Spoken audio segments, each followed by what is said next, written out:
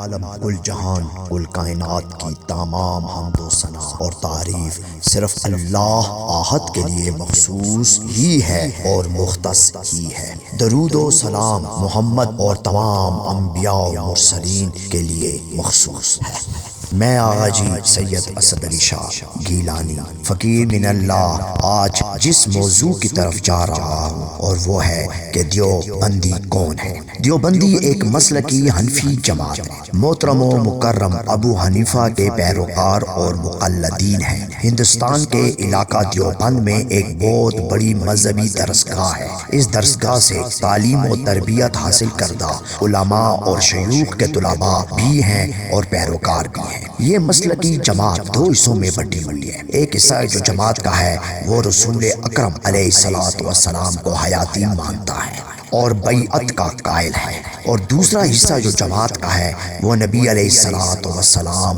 کی ممات کا قائل ہے، یعنی مماتی مانتا ہے، اور وہ مرشد اور بیعت کو اہمیت نہیں دیتا بلکہ شیوخ اور شیخ الشیوخ کے درجات کا قائل ہے۔ اصل دیوبند کا عقیدہ اور اگر عقیدت دیکھی جائے تو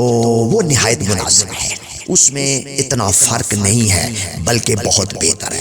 البتہ کچھ دینی احکامات میں جھول ہے ان کے، اگر ان احکامات میں یہ رجوع کر لیں تو یہ ایک اچھی مسلکی جماعت ہے، جیسے طلاق کے مسئلے میں، مدت رضاعت کے مسئلے میں، سورۃ فاتحہ کے خلف الامام وغیرہ وغیرہ کے مسائل میں ان کے کچھ ایسی چیزیں ہیں کہ جس پہ بات ہو سکتی ہے اور یہاں پہ یہ جھول کھا سکتے ہیں۔ اصل میں میرا موضوع جو ہے وہ فرد واحد کی نشاندہی نہیں کرنا ہوتا۔ میں جب بھی کبھی بات کرتا ہوں تو میں کسی عالم یا کسی مفتی یا کسی شیخ کی بات نہیں کرتا، اس لیے کہ وہ اس کی اپنی ذاتی رائے ہوتی ہے،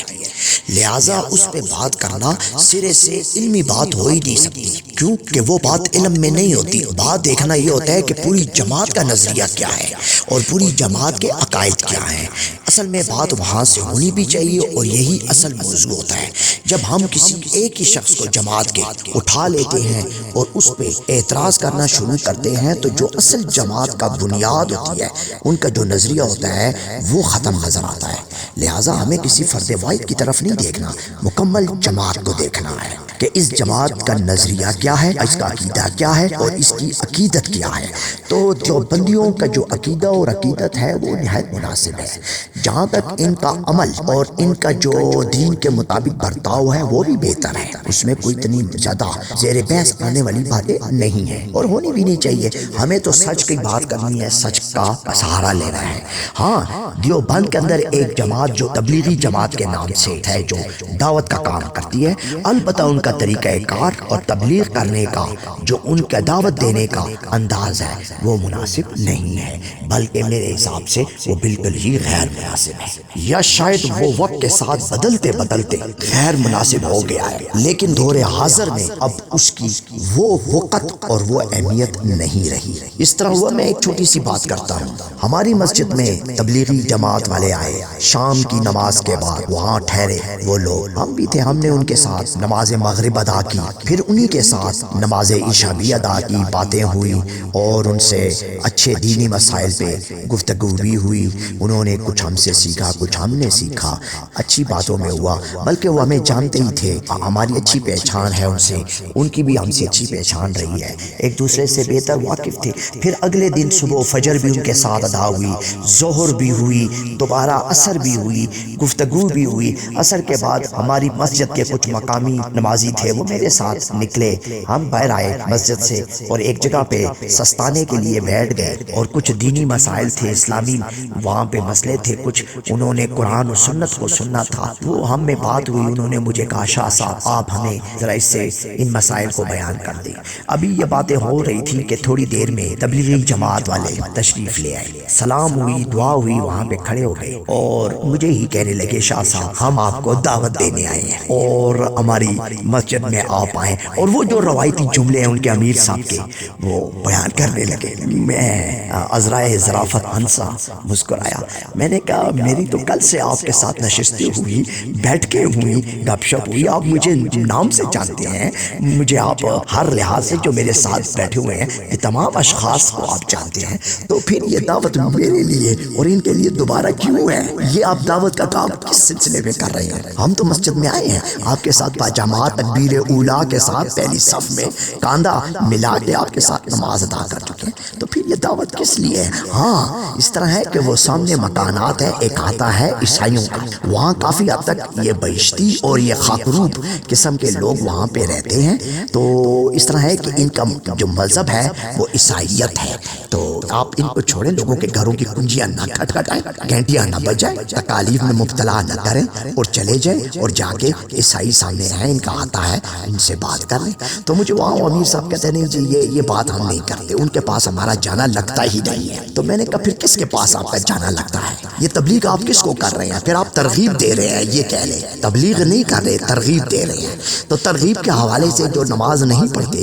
یا جو مساجد میں نہیں آتے تو چلے ترغیب دے دیں، تو پھر اس کا نام ترغیبی جماعت رکھ لیں، تبلیغی نہ رکھیں، تو لہٰذا یہ تو چلو ایک بیچ میں ایک تذکرہ تھا، ایک بات آ گئی۔ تو دیوبند کے اندر یہ کچھ خامیاں ایسی ہیں، اگر ان کے علماء اور ان کے شیوخ اگر اس بات کی طرف توجہ دیں اور اس بات کو سمجھیں اور اس بات کو جانیں کہ کسی کے گھروں میں جا کے گھنٹیاں بجانا اور کنجیاں کھٹکھٹانا، خواتین کو تنگ کرنا، گھر میں مرد ہے یا نہیں اس کو بلانا کھڑے ہو کے، اور یہ سمجھ لینا کہ ہم نے جو ہمارے اوپر ایک ٹوکری سر پہ رکھ دی گئی ہے تو ہم نے وہ ٹوکرا اتارنا ہے، بس ہم نے یہ اللہ کی دعوت ہے چونکہ نبیوں کے بعد امت پہ یہ فرض ہو گئی ہے دعوت کا کام، تو ہم نے بس یہ ٹوکرا سر سے گرانا ہے، ایسا نہیں سمجھ، بس یہ نہ سوچیں اور یہ ہونا بھی نہیں چاہیے۔ دعوت دیں، دعوت کے مختلف طریقے ہیں، آپ تبلیغ کریں، تبلیغ تو گھر میں اگر والد صاحب اپنے بچوں کو بٹھا کے اچھی بات بتاتا ہے وہ بھی تبلیغ ہے، اگر کسی کی محفل میں بیٹھ کے ایک اچھی سی بات بتا دے تو وہ بھی تبلیغ ہے۔ جس طرح آپ لوگوں نے سنا ہوگا کہ دمشق میں ایک سب سے چھوٹا خطبہ دنیا کا پیش ہوا تھا جمعے کے دن، کہ وہ صاحب ممبر امام صاحب تشریف لائے اور انہوں نے صرف اتنا کہا کہ جو بھوکے ہیں ان کو کھانا کھلاؤ، بس بات ختم۔ پھر وہ نیچے اترے، انہوں نے کہا صفیں باندھ لیں اور تکبیر کریں اور جمعے کے لیے نماز بس قائم کریں۔ اب دیکھیں نا، اب اس میں نہ کوئی حمد و ثنا تھی، نہ کچھ صلاۃ و معاملات تھے، کچھ نہیں تھا، اس نے اللہ کی تعریف کی، نبی علیہ الصلوۃ والسلام پہ درود پڑھنے کے بعد ایک ہی جملہ کہا کہ بھئی جو لوگ بھوکے ہیں، جن کو کھانے کی طلب ہے، جو کھانے کے لیے تڑپتے ہیں، جن کو کھانے کے لیے اشد ضروری ہے، ان کے لیے کھانے کا بندوبست کر لیا کریں، ڈھونڈیں، وہ آپ کے پاس نہیں آئیں گے، آپ ڈھونڈیں، ٹھیک ہے؟ یہ بھی تبلیغ ہے، بہت اعلیٰ تبلیغ ہے۔ دیکھیں چھوٹی سی بات، ایک جملہ ہے، سب کی سمجھ میں آ گیا۔ یہاں تو ایک ایک گھنٹے کی تقریریں ہوتی ہیں، خطاب ہوتے ہیں، تو سمجھ کسی کو بھی نہیں آتی، کیونکہ وہ ہوتا ہی عربی میں ہے، تو وہ تو نہ سمجھ میں آیا، نہ سننے والے کی سمجھ میں آیا، اور جو بول رہا ہے وہ بھی نہیں سمجھ رہا۔ چلے بہرحال، اب دعوت دیکھیں، دعوت دینے کا یہ کوئی انداز ہے؟ دعوت اس طرح ہے، کیا ہمارے اوپر کوئی بوجھ ہے، ہمارے اوپر کوئی مصیبت ہے جو ہم نے بس ایک لفظ کو پکڑ لیا کہ نہیں جی اب ہم نے یہ دعوت دینی ہے تو ہم نے اتارنی ہے؟ لہٰذا یہ میں نے تذکرہ انداز کر دی۔ جماعت دیوبند اچھی جماعت ہے، اچھا عقیدہ ہے اور عقیدت بھی ان کی اچھی ہے، سب کے مقامات کا تعین بھی ان کے ہاں درست ہے، صحابہ کا مقام، انبیاء کا مقام، مرسلین کا مقام، اللہ کا مقام جو سب سے افضل و اعلیٰ ہے، وہ ان کے ہاں بالکل ٹھیک ہے۔ غلو حدیث میں بھی نہیں ہے اور غلو سنت میں بھی نہیں ہے اور غلو عشق میں بھی نہیں ہے، بس اس حد تک ان میں یہ کافی حد تک ان میں اچھی چیزیں ہیں۔ البتہ کہیں پہ یہ فکری مسائل میں الجھ گئے ہیں جہاں پہ مفتیان یا ان کی وجہ سے کچھ معاملات ان کے کمزور ہیں، اگر ان میں رجوع کر لیں اور ان کو صحیح معنوں میں قرآن اور سنت کے مطابق اس میں اپنی تصحیح کر لیں تو ایک اچھی جماعت ہوگی، اور یہی ان کے لیے بہتر ہے۔ بس یہی کہنا تھا مجھے۔ وآخر دعوانا والحمد للہ رب العالمین۔ السلام علیکم ورحمۃ اللہ وبرکاتہ ومغفرتہ۔